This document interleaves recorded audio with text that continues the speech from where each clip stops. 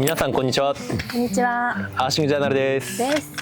今回は7月の決算を報告したいと思います。はい。前回の決算は投稿ができなくて3ヶ月をまとめて投稿したんですけど、今回は7月1ヶ月分だけですねをご紹介していきたいと思います。はい。ではまず早速ですね、食費7月は、外食は1回もしてなくて、全部自炊だったので、基本的にウォルマートとかコストコとかでの買いだめした食費が全部となりますね。外食でも1回だけしたけど、なんかどっちかのご馳走とかで、個人のね財布からちょっと出した感じなので、2人の財布は使ってないっていう感じです。はい、はい。で食費の合計が42,820円となります。まあ前回3ヶ月やった時も、なんか5万前後ぐらいだったから、そうだね、このぐらいで落ち着いてるのかなという部分が印象的かな。特にそんなに贅沢した記憶もない。そう、基本的に僕らは、朝はパンケーキ、コストコで、パンケーキミックスみたいなの買って、それを焼いて、でお昼はだいたい札幌一番のインスタントラーメン、で夜はご飯かパスタみたいな感じで、もう結構決まってて、そうだね。で生肉とかもそんなに買わないで、基本的に缶詰とかでやりくりしてるので、だいたい食費はこんな感じで落ち着いてきたね。しかも7月は確か1回も生肉食べてないよね。そうかもしれない。1回外食で、ラップサンドみたいなのにチキン入ってたぐらいで、自分たちでスーパーで肉買ってっていうのは我慢してたんで、結構抑えて42,000円って感じだね。はい。ここでもう4ヶ月、5ヶ月目になるから、平均的に4万5万ぐらいなのかなっていうところが印象ですね。はい、次ですね。これ今回、ガソリン代いきます。発表します。11万636円です。これはやばい。11万。ガソリン代だけで11万。ガソリン代だけで11万。やば。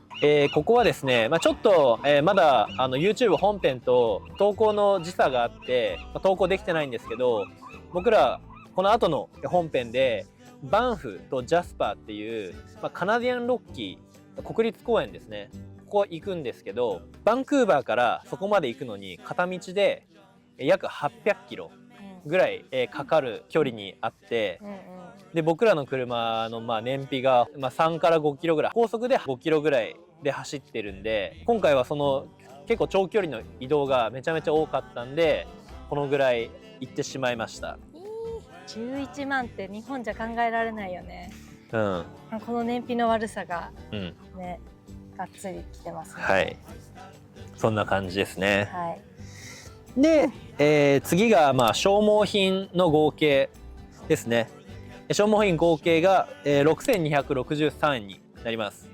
でこの内訳には、キャンプ代だったり、バンの中でちょっと必要なものを買い足したり、その他、バス代がバンフ2126円だったり、こんな感じなんで、7月はバンフで2週間ぐらい滞在したんですけど、やっぱ国立公園の中なので、やっぱねもろもろお金がかかるところが多くて、はい、こういう形になってます。はい。バンフはねこれから動画アップしていくので、ぜひお楽しみにしていてください。一番今まで運転してきた道で一番綺麗だった。本当に、忘れられない景色。びっくりした。本当に綺麗でした。もう映像もいっぱい撮れたので、国立公園だからドローンは撮れなかったんですけど、もう一眼でいっぱい撮れたので、はい、楽しみにしていてください。本当にもうすぐ上がるんで、そうだね。ぜひ楽しみにしていてください。はい。で次が、サブスクですね。サブスク合計9299円になります。そうだね。このサブスクは、僕らは動画編集で使ってる、Adobe Premiere Pro で Spotify で Netflix、もう Netflix 正直もう見てないんで解約してもいいかなって思ってます。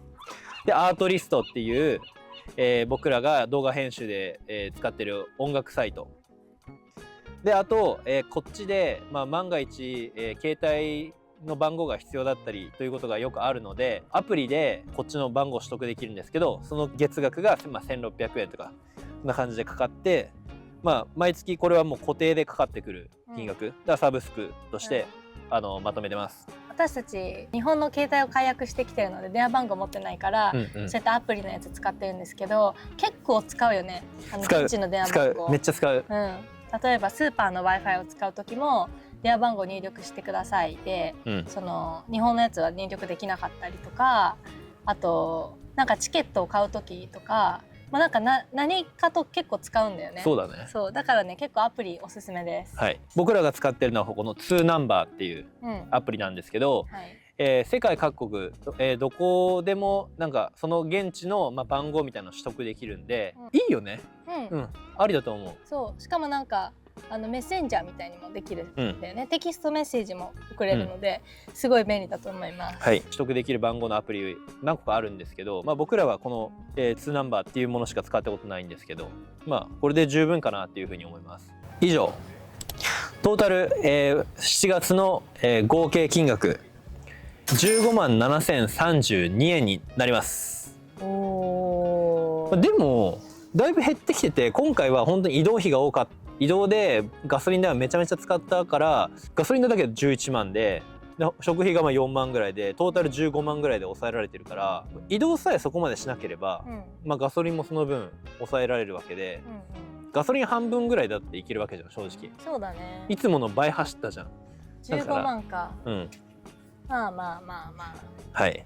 はい。では、YouTube の収益を発表します。はい。7月は13,953円でした。意外といったじゃん。リアルタイムとの時差がすごくどんどん広がってきちゃってるので、でどんどんコンテンツも溜まってきてて、なので今まで週2で投稿してたんですけど、ちょっとできる限りもうちょっとね、編集とか頑張って、週3ぐらい上げられたらなと思います。なので今毎週水曜日と土曜日の6時にアップしてるんですけど、そこは固定で変わらずで、その他の曜日でも動画が間に合えばどんどんアップしていこうかなっていうふうに思ってます。はい。なのでどんどんアップしていくので、これからもよろしくお願いします。本当によろしくお願いします。で、トータル差し引きして7月の収益も足して、残り金額がトータル今僕らの7月末までの残ったお金が、13万6239円です。やばい。前回が残り30万って言ってて、それでさらに15万ぐらい引かれたから13万6000。はい。なかなか厳しい旅になってきました。はい。ただ移動してるだけで車にお金がかかるんで、本当にね、なかなか思うようにはいかないのが今の YouTube の現状かなというふうに思います。そうだね。ベリーちゃんの食費がね、想像以上に高い。俺らの倍使ってるからね。倍、本当だね。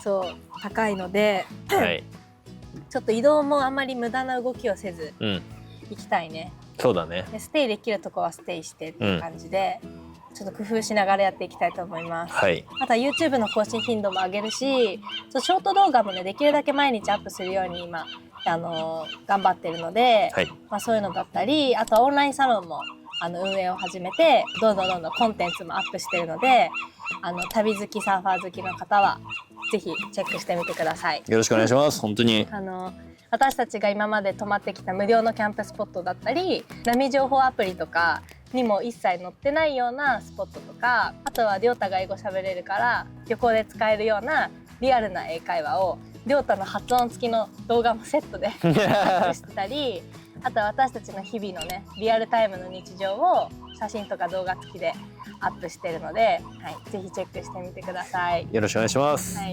私たちのね、旅にそこまで興味がない人もロードトリップしてみたいっていう方とかはね、すごい参考になると思うので、ぜひチェックお願いします。お願いします。